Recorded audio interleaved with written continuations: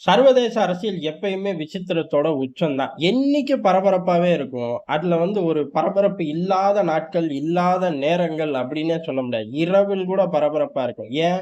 ஒருத்தனுக்கு பகல்னா இன்னொருத்தனுக்கு இரவு. இவனுக்கு இரவுனா அவனுக்கு பகல். நடுவுல மத்தியானம்லாம் வரும். டைம் ஜோன் வச்சு பாத்துக்கங்க.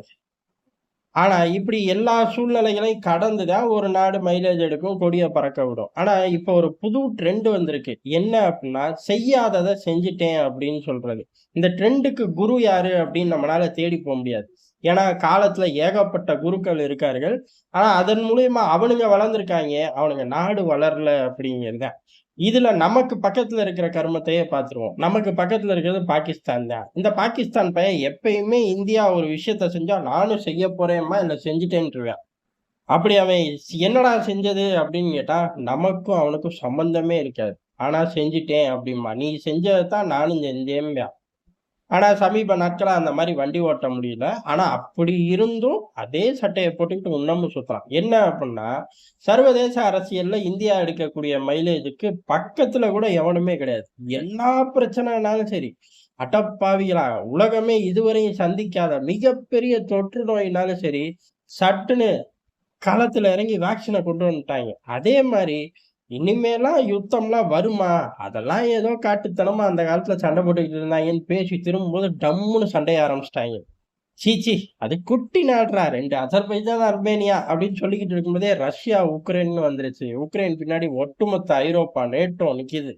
2ஆம் உலகப் போருக்கு அப்புறம் மிகப்பெரிய வலிமையான ராணுவம் எதுடா அப்படின்னு கேட்டா நேட்டோம்பாய்ங்க. இப்ப அந்த பேப்பர கிழிச்சு நம்ம வீட்ல குட்டீஸ் இருக்கிற மாரி எல்லார் வீட்லயும் குட்டீஸ் இருக்கும். அந்த மாரி குட்டீஸுகள் இருக்கிற வீட்ல, அந்த குட்டீஸுகளுக்கு யூஸ் பண்ண ஆரம்பிச்சுட்டார்கள். எது? நேட்டோங்கிற அந்த ஆர்டிக்கிள் பேப்பர்லாம் எடுத்து, அவனுங்களோட ராணுவ வலிமை பேப்பர் எடுத்து.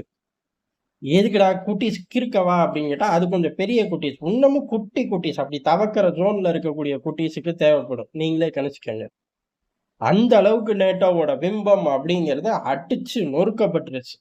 அந்த காலகட்டங்கள்லயும் 2 பக்கமும் ஸ்டாண்ட் எடுக்காம நான் தனி ஆள் அப்படிலாம் இந்தியா சொல்லல. ரஷ்யா பக்கம் ஸ்டாண்ட் எடுப்பேன்.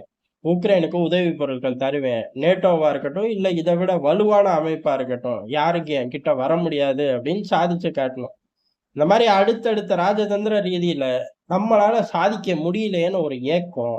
எப்பவும் செய்ற திருட்டுத்தனத்த செய்ய முடியலையேன்னு ஒரு திருட்டு புத்திக்கே ஒரு சோர்வு வந்துருச்சு. அதுக்காக உட்கார்ந்துகிட்டே இருந்திருப்பாங்களாட்டுக்கு. எதுடா நமக்கான சந்தர்ப்பம் அப்படின்னு. அப்படிதான் இப்ப ரஷ்யாவ பொறுத்தவரையும் உக்ரைன் யுத்தத்துல வெற்றி முகம். உக்ரைன் யுத்தத்துல இருந்து அமெரிக்கா ஒரு ஸ்லோ குடுக்குது. அப்படி அமெரிக்கா ஸ்லோ குடுக்கும்போது ஈரான நோக்கி போறான். ஈரான் ரஷ்யாவோட கூட்டாளி. உக்ரைன் யுத்தத்துக்கு அப்புறம் கேட்கவே வேணாம். பங்காளியாவே மாறிட்டாய்ங்க. அதனால ஈரான ரஷ்யா காப்பாத்தியே ஆகணும். அப்படி காப்பாத்தாம விட்டா, ரஷ்யா நாளைக்கு ஒரு பிரச்சனை வரும்போது ஈரான் காப்பாத்தாது. இந்த மாரி சிக்கலான நடவடிக்கைக்குள்ள அமெரிக்கா போது, ரஷ்யா போது. அப்ப ரஷ்யா கொஞ்சமாச்சும் டைவர்ட் பண்ண வேண்டிய வேலை நடக்கும். கூட்டணி சேர்க்க வேண்டிய வேலை நடக்கும். அதுக்கு ரஷ்யா தடாலடியா கையில் எடுத்த ஆயுதம் தான், ரஷ்யா, இந்தியா, சீனா அப்படின்னு ஒரு கூட்டணி இருந்துச்சு. இந்த கூட்டணி என்ன பண்ணுச்சு அப்படின்னு கேட்கக்கூடாது. ஏன்னா இந்த கூட்டணி பெரிய அளவுல சாதிச்ச வரலாறு கிடையாது. காரணம் ஒண்ணே ஒண்ணு தான். நரிப்பய சீனா பக்கத்துல இருந்தது தான். சீனாவ வச்சுட்டு ஒரு கூட்டணிய உருவாக்கி, அந்த கூட்டணி உலகத்த ஆளும் அப்படின்னா, சீனா இப்படி பேசி முடிக்கும்போதே 2 பேருக்கு நடுவுல நின்றுப்பேன். அந்த நடுவுல இருந்து ஒரு அடி முன்னாடி போய் நின்னு, "நான் தான் அது" அப்படின்றுவேன். அடப்பாவி! டேய் கூட்டணிடா, கூட்டணி தான் பேசும். நான் அறிவிச்சுட்டேன். எங்கடா அறிவிச்ச? குளோபல் டைம்ஸ்ல அறிவிச்சுட்டேன். அத எடுத்துக்கிட்டு 1 டசன் என்னோட ப்ராக்ஸி உலகம் பூரா வளர்த்து வச்சிருக்கேன். அவனுங்க சீனா சாதிச்சுச்சுன்னு போஸ்ட் ஒட்டிட்டாய்ங்க. இப்ப நீங்க ஒரு அடி முன்னாடி வந்தாலும் சரி, பின்னாடி வந்தாலும் சரி, இல்ல இருக்கிற இடத்துல இருந்து கையோ, முய்யோன்னு கத்துனாலும் சரி, ஒரு பையன் நம்ப மாட்டான் அப்படின்னு சிம்பிளா சொல்லிட்டு போயிருவான். ஏறக்குறைய பூனைய மடியில கட்டிட்டு சகுனம் பார்க்கிற கதை மாரி ஆயிரும். அதனால அந்த கூட்டணி பெருசா சாதிக்கல. ஆனா கூட்டணி இருந்துச்சு. ஏகப்பட்ட மீட்டிங்லாம் உட்கார்ந்தோம். ஒண்ணுமே உதவாத கூட்டணின்னு சொல்ல முடியாது. டேய் ஒரு கூட்டணி இருக்குன்னு பூச்சாண்டி காட்டுறதுக்கு உதவும். உலக அரசியல் எப்பவும் சொல்ற டயலாக் தான். எல்லா கதவுகளையும் மூடக்கூடாது. எல்லா கதவுகளையும் தொறந்தே வச்சுக்க வேண்டியது தான். கதவ தொறந்து வச்சுக்கணும், ஆள பாதுகாப்பு போட்டும் வச்சுக்கணும். 2யும் பண்ணணும். தொறந்து மட்டும் வச்சிருந்தோம்னா, ஆப்பிரிக்காவுக்கு தம்பியா மாறி போயிருவோம். அப்படிதான் அந்த கூட்டணி இருந்துச்சு. ஆனா கல்வான் தாக்குதலுக்கு அப்புறம் சீனாவ புரட்டி போட்டு எடுக்க ஆரம்பிச்சதுக்கு அப்புறம், அந்த கூட்டணியோட மீட்டிங்லலாம் உட்கார முடியாது. யாரு?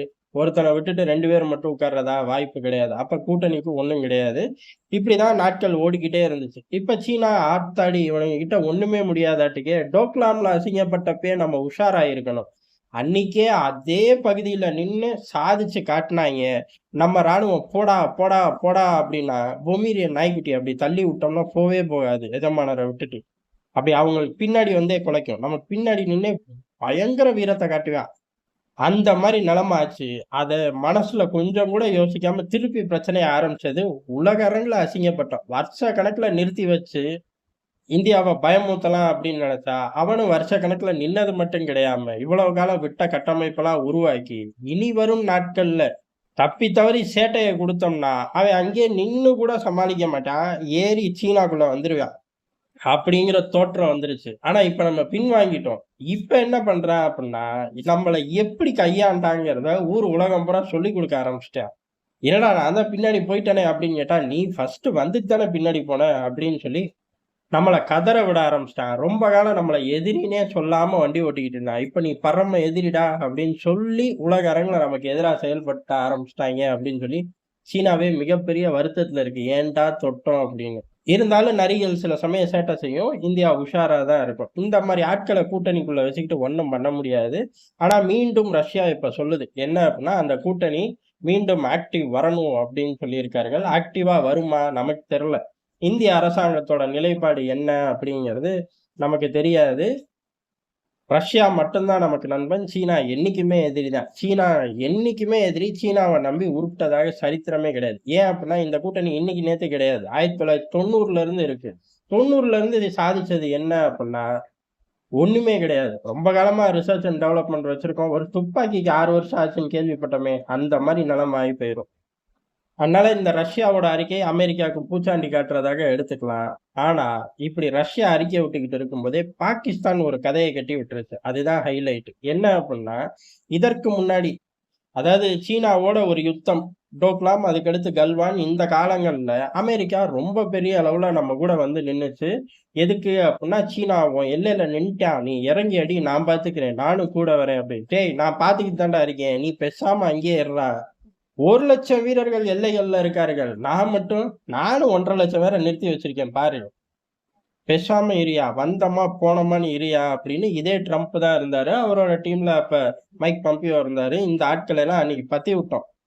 அதே சமயம் ஒரு அக்ரீமென்ட்டையும் போட்டோம். ரொம்ப காலம் இழுத்துக்கிட்டு இருந்த அக்ரீமெண்ட். என்ன அப்டின்னா, இன்டெலிஜென்ஸ் ஷேரிங். அதாவது லைவ் டேட்டா ஷேரிங்கு, எல்லையோரம், இந்திய எல்லைகள் அப்படிங்கிறது அமெரிக்கா, இந்தியாவோட கண்காணிப்புல இருக்கும். அங்க நடக்கக்கூடிய விஷயங்கள அவரு 2 பேரோட இன்டெலிஜென்ஸ் சோர்ஸையும் பயன்படுத்திக்குவோம். பகிர்ந்துக்குவோம். இந்த அக்ரீமெண்ட் ரொம்ப காலமாவே இருந்துச்சு.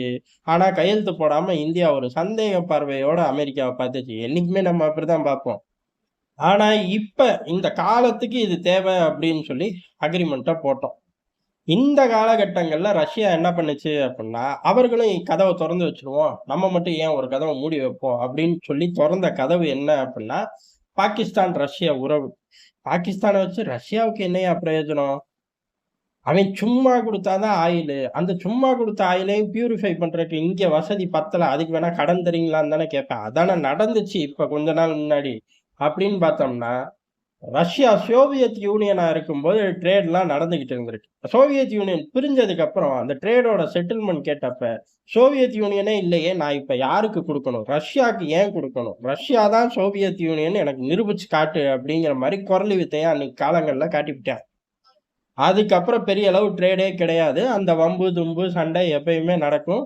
அளவா நடக்கும். ஏன்னா பாகிஸ்தான்ல நெனச்சாலும் குடுக்குற காசு இல்லையே! ஆனா, இந்த காலங்கள்ல ரஷ்யா கதவ தொறக்கிறேன் அப்படின்னு சொல்லி, அந்த பணம் எனக்கு இனிமே வேண்டாம். அத நான் டிஸ்கவுண்ட் பண்ணிட்டேன். தள்ளுபடி பண்ணிட்டேன். சந்தோஷமா இரு பாகிஸ்தான் அப்படின்னு சொன்னுச்சு. அதுக்கடுத்து 2 பயலுகளும் கூட்டு பயிற்சிலாம் ஈடுபட்டாய்ங்க. இது பூரா கதவு தொறக்கிற விஷயங்கள் தான். அத தாண்டி ஒண்ணும் கிடையாது. ஆனா இந்த கூட்டணி விவகாரம் பேசும்போது, இந்த கதையையும் தட்டிவுட்டு, ரஷ்யா எங்க கூட கூட்டணி வருது. ரஷ்யா எங்களுக்கு இன்வெஸ்ட்மென்ட் பண்ணுது. ரஷ்யா எங்கள தலையில தூக்கி வச்சு கரகம் ஆடுது அப்படின்னு சொல்லி பெரும் கதைய தூக்கி போட்டாய்ங்க. வழக்கம் போல கச்சா எண்ணெய் டிஸ்கவுண்ட் ஆயில்ல என்ன விஷயம் வந்துச்சு? ரஷ்யால இருந்து அறிக்கை வந்துச்சு. "டேய் நான் டிஸ்கவுண்ட்ல தரேன்லாம் சொல்லலடா. நார்மலாவே ரஷ்யாவோட தியரி அப்படிங்கிறது ஆளுக்கு ஒரு பிரைஸ ஃபிக்ஸ் பண்றதுதான். பிக்ஸட் பிரைஸ் கிடையாது. இது எல்லா சப்ளையரும் அப்படிதான். நானும் அப்படிதான். அதே மாரி மார்க்கெட் பிரைஸ்ல இருந்து உனக்கு சின்ன டிஸ்கவுண்ட் தரேன்னு, அவங்களுக்கு இந்தியாவுக்கு தகுந்த மாரி டிஸ்கவுண்ட்ல ஆப்பரேட் பண்றேன்னு சொல்லவே இல்லையே! அப்படின்னு சொல்லி அறிக்கைய தூக்கி போட்டார்கள். அதே மாரி இப்ப டேய் உன் கூட கூட்டணி, உன் கூட இன்வெஸ்ட்மென்ட் உன்னைய நான் தலையில தூக்கி வச்சு கரகாடுறேனா? அப்படின்னு சொல்லி, இல்லை அப்படின்னு சொல்லி போட்டு உடைச்சுட்டார்கள். அந்த இல்லைன்னு போட்டு உடைச்சோனே நெஞ்சுல ஈட்டி குத்துன மாரி வலி. காரணம் என்ன அப்புட்ன்னா, இப்பதான் பெரிய அளவுல உலக அரங்குல படம் போட்டுக்கிட்டே இருக்கோம். ஒரு பையன் அந்த படத்த கண்டிக்கல. அஜர்பைஜான் உட்கார்ந்து கை தட்டுறான். ஆ எர்டோகன பொறுத்தவரையும் எம்புட்டு பெரிய ஆள்ன்னு அவனே சொல்லுவான். அந்த ஆளே நெஞ்சில கை வச்சு டம்மு டம்முன்னு அடிச்சுக்கிறாரு. இப்படி அந்த டிராமாக்களோட இந்த டிராமாவும் சபை ஏறிரும் அப்படின்னு பாகிஸ்தான் நெனச்சிருக்கு. சபை ஏறுமா? ரஷ்யா வேற ஒரு விஷயத்துலயும் ஃபேமஸ்டா. அப்புறம் வந்த ஒருத்தனும் திரும்பி போமாட்டீங்க பாருங்க அப்படின்னு சொல்லி ரஷ்யா சம்பவம் பண்ணி விட்டுருச்சு. ரஷ்யா வேற ஒரு விஷயத்துலயும் ஃபேமஸ் அப்படிங்கிறது என்னன்னு தெரிஞ்சா கீழ கமெண்ட்ல பண்ணுங்க. நேரம் வரும்போது நம்ம பார்ப்போம். அந்த மாரி சம்பவங்களும் பாகிஸ்தானுக்கு வருங்காலங்கள்ல நடக்கறக்கு அதிக வாய்ப்பு இருக்கு. ஆனா இன்னைக்கு நிலைமைக்கு பாகிஸ்தானோட திட்டத்துக்கு ரஷ்யா ஒத்து வரல. உடைச்சு விட்டார்கள். ரஷ்யா சீனாவோட உறவு அப்படின்னா அதுல 1000 காரணங்கள் இருக்கு. அதே சமயம் கட்டி பிடிச்சுக்குவார்களா அப்படின்னு கேட்டா, சீனா நம்ம கூட நிலப்பரப்பு சண்டை வச்சிருக்க மாரி ரஷ்யா கூடயும் வச்சிருக்கான். ரஷ்யாவ பொறுத்தவரையும் ரஷ்ய புகழுக்கு ஒண்ணு அப்படின்னாலே கொந்தளிச்சுருவாய்ங்க. ரஷ்ய நிலப்பரப்புக்கு ஒண்ணு அப்படின்னா கேட்கவே வேண்டாம். அதனால பெரிய அளவுல சீனாவோட உரசி ரஷ்யாவால வாழ முடியாது. அப்ப ரஷ்யாவுக்கு இருக்கக்கூடிய 1000 கதவுகள தொறந்து வச்சாலும் உருப்படியான கதவு இந்திய, ரஷ்ய உறவு அப்படிங்கிறது தான். அப்ப பாகிஸ்தான் எல்லாம் என்டர்டெயின் பண்ணுவார்களா அப்படின்னு கேட்டா, நான் சத்தியமா பண்ண மாட்டேன்டா அப்படின்னு சொல்லி ரஷ்யா போட்டு உடைச்சிருச்சு. பாகிஸ்தான்ல எந்த இன்வெஸ்ட்மென்ட்டும் நாங்க பண்றதுக்கு தயாரா இல்ல. ஐடியா இல்ல. தக்கூரித்தனமா பேசிக்கிட்டு இருக்காய்ங்க அப்படின்னு சொல்லி முடிச்சு விட்டார்கள். ஏறக்குறைய எதிரிகளுக்கு நம்ம வலுவான அடி குடுக்குறோம். அதே போல நம்ம கூட்டணியில உள்ள நாடுகளும் வலுவான அடி குடுக்கிறார்கள். ஆனா பாகிஸ்தான் இந்த அடியெல்லாம் வாங்கிட்டு ஒண்ணுமே வாங்காத மாரி உள்ளூர்ல வண்டி ஓட்டுவான். ஓட்டட்டும். எத்தன நாள் ஓட்டுறானோ ஓட்டட்டும். ஓட்டும்போதே அவன் திரும்பி பார்க்கும்போது, ஆக்கிரமிப்பு காஷ்மீர்ல நம்ம கொடி பறக்கும் அப்படிங்கிறது தான் எதார்த்தமான உண்மை.